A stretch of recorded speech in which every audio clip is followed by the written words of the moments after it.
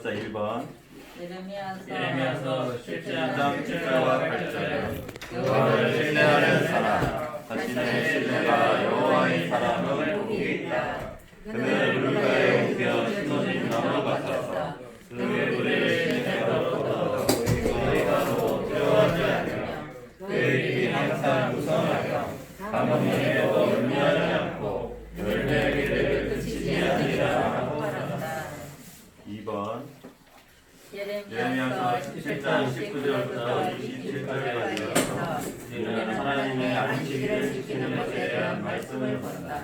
하나님의 안식일을 지키는 길은 그분을 누리고 그분 안에서 안식하며 생수의 원천이신 그분 안에서 만족을 얻는 것이다. 3번 예레미야서는 성경 전체의 요약이다. 예레미야의 시간에 오직 그리스도만이 하나님의 공연을 이루실 수 있고 오직 그리스도만이 하나님께서 그분의 공연 안에서 요구하시는 것들에 대한 대답이심을 가리킨다. 예레미야가 사람이기에 우리가 아무것도 아니고 그리스도께서 우리에게 모든 것이심을 보여준다. 말씀은 1일차하고 5일차 보도록 하겠습니다. 형제 자매님들 함께 읽겠습니다. 먼저 1일차 말씀.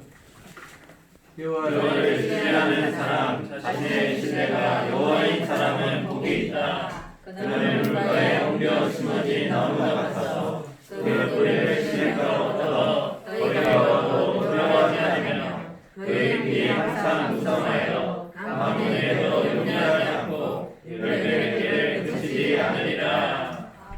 5일차.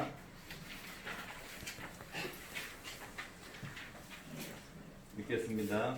그러나 나를 위해 하나님의 마음에 되는 자는 나무가 같다. 여호와의 선포이다. 나는 내 너를 그들의 속부분들에 두고 그들의 마음에 그것을 기록할 것이다. 나는 그들의 하나님이 되고 그들은 나의 백성이 될 것이다.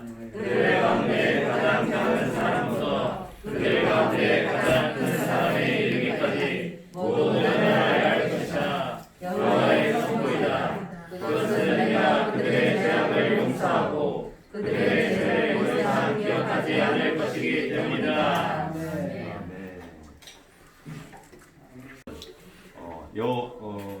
예레미야가 하나님을 아주 특별하게 체험했다는 것을 보여줍니다. 하나님을 여호와로 체험했고 또 만왕의 왕, 또 영원하신 분 이렇게 놀라운 방식으로 체험을 했고 특별히 하나님 자신이 어떠하심을 누렸는데 그 중에 긍휼과 자비와 신실하신 하나님을 예레미야가 말하고 누렸다는 것을 볼 수 있습니다. 그리고 예레미야는 사실 신약의 어떤 풍성을 누렸다고 말할 수 있는데 이번 주 말씀은 예레미야서 안에 이 전 성경의 요약이 담겨 있다는 것을 볼 수 있습니다. 특별히 전 성경의 요약은 하나님의 경륜에 관한 말씀인데 먼저 예레미야는 3일 하나님의 그 분배를 상징하는 그 물가에 심겨진 나무가 생수의 원천이신 주님을 흡수하는 걸 말하고 있습니다.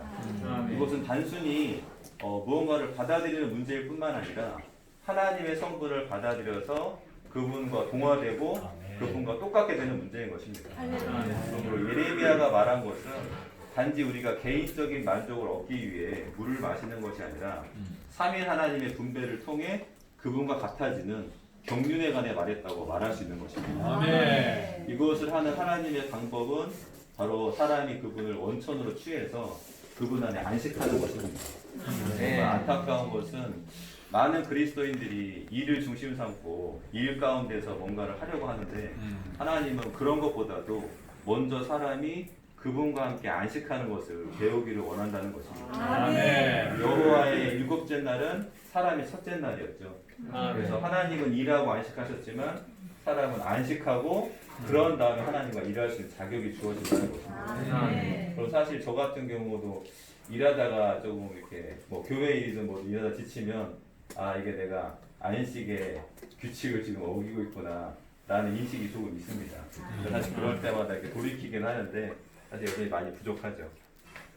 그러므로 우리가 하나님과 함께 일하기를 원한다면 먼저 안식하는 법을 배우라고 했습니다. 사실 안식이 없으면 본인도 알고 주변도 다 압니다. 이게 사람이 만족이 없고 안식이 없으면 뭔가 짜증이 나고 모든 것이 사실 다 싫어 보이죠. 그래서 안식하기를 원하고 이번 주에 상당히 중요한 말씀이 있는데 바로 예레미야가 언약에 대해 말했다는 것입니다. 이 부분은 사실 제가 제 말이 아니고 이영재님의 말씀인데 우리가 교리적인 부분에서 먼저 충분한 이해가 필요하다는 것입니다. 어떤 때 어떤 지체들은 우리에게 교리가 필요하지 않다면서 사실 체험만을 지나치게 강조하는데 우리는 균형 잡힐 필요가 있습니다.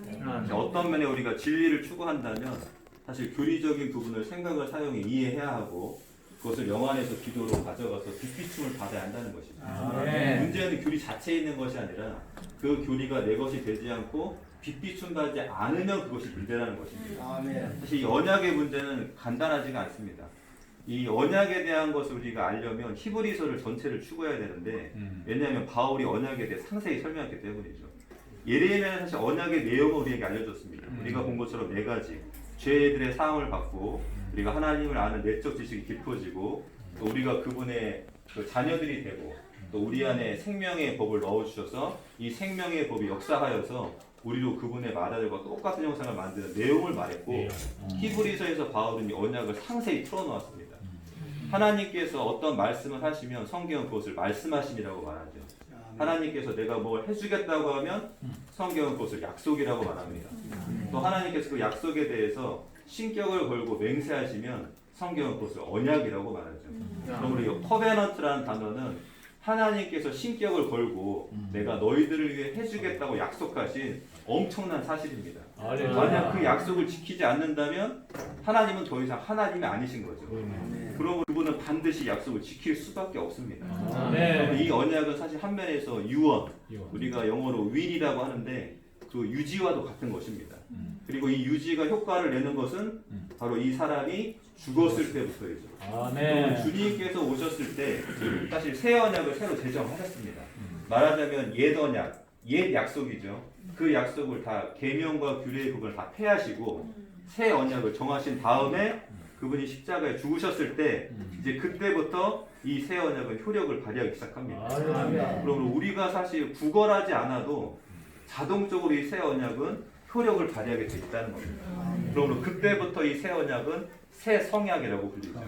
그러므로 소문자 뉴 테스타먼트는 새 성약을 가리키고 그걸 한 권의 책으로 모았을 때 우리는 그것을 신약이라고 부릅니다. 우리가 알아야 할 것은 이 언약 안에 있는 내용들은 이미 이 성경 안에 성경이 없는데 성경 안에 하나의 유증으로 보시라고 실물로 보시라고 유증으로 주어졌기 때문에 이제 우리가 해야 할 일은 그 항목을 하나하나씩 내 것으로 만들면 된다는 것이죠. 이것은 어떻게 보면 사실 믿음의 영이 필요합니다. 눈에 보이지 않는 것들을 내가 취하기 위해서 믿음의 영이 사실 필요하죠. 그러니까 놀라운 것은 히브리서에 게시된 것처럼 우리가 연약하여 할 수 없는 그 부분들을 주님이 지금 하늘에 속한 영역에서 담당하고 계신다는 것입니다. 이번 주 말씀의 후반부에 보면 그 주님의 신분에 대해 나와 있습니다. 뭐 새 언약의 사역자, 참 장막의 사역자, 그다음에 양들의 목자, 또 구원의 대장, 이러한 항목들은 사실 우리들을 이 새 언약 안으로 이끌기 위한 그분의 신분과 같은 것이죠. 그러면 어떤 면에서 우리가 먼저 교리적으로 이 언약의 내용들을 충분히 습득한다면 지금 우리가 하나님께서 우리에게 뭘 주기를 원하시는지 알 수가 있다는 것입니다. 이번 주에 제가 조금 체험한 부분은 사실 어제 잠이 좀 오지 않아가지고 말씀을 좀 묵상을 했는데 요즘은 저는 사실 좀 시련이 많습니다. 일을 너무 많이 하다 보니까 주님 이게 내 환경이 태초부터 정해져 있고 태초 전이죠. 영어부터 정해져 있고 내 결과와 운명이 정해진 것이라면 이 땅에서의 나의 삶은 도대체 누구의 것입니까? 라고 질문을 했는데 이 미시아나와 답변이 좀 왔습니다. 다행히 그게 주님한테 들렸는지 주님이 말씀하시기를 물론 결론은 그리스도와 똑같아지는 것이다. 그러나 내가 원하는 것, 그 과정 가운데 네가 모든 풍성을 다 누리기를 원하는 것이다. 그 말씀 외에는 사실 없더라고요. 근데 다행히 이번 주 말씀에 이 새 언약의 항목들은 우리가 구걸에서 얻는 그런 것이 아니라는 것입니다. 이미 내 것으로 법적인 효력, 말하자면 아버지께서 나에게 100억을 주겠다고 법적으로 약속을 했는데 그것을 법원에 가서 달라고 할 필요가 없다는 것이죠. 그냥 내가 그걸 찾아서 쓰면 되는 것인데 이게 많은 때 우리의 상황은 그걸 잘 모른다는 것입니다. 특별히 이 말씀을 대하면서 아 내가 정말 눈이 먼 자이고 고집이 정말 센 자이구나 이런 뒷비중이 약간 있었습니다. 그래서 지금은 물론 여러 가지 뭐 수업이나 환경 또 자녀들 또 자매 포함해 솔직히 말하면 자매 그 다음에 어린이 봉사 저를 짓누르는 수많은 압력들이 정말 아 이거 뭐 살라는 얘기입니까 살지 말라는 얘기입니까 이렇게 제가 고백을 하는데 그러나 어쨌든 분명한 건 예레미야가 새 언약에 대해 말을 했다는 것입니다.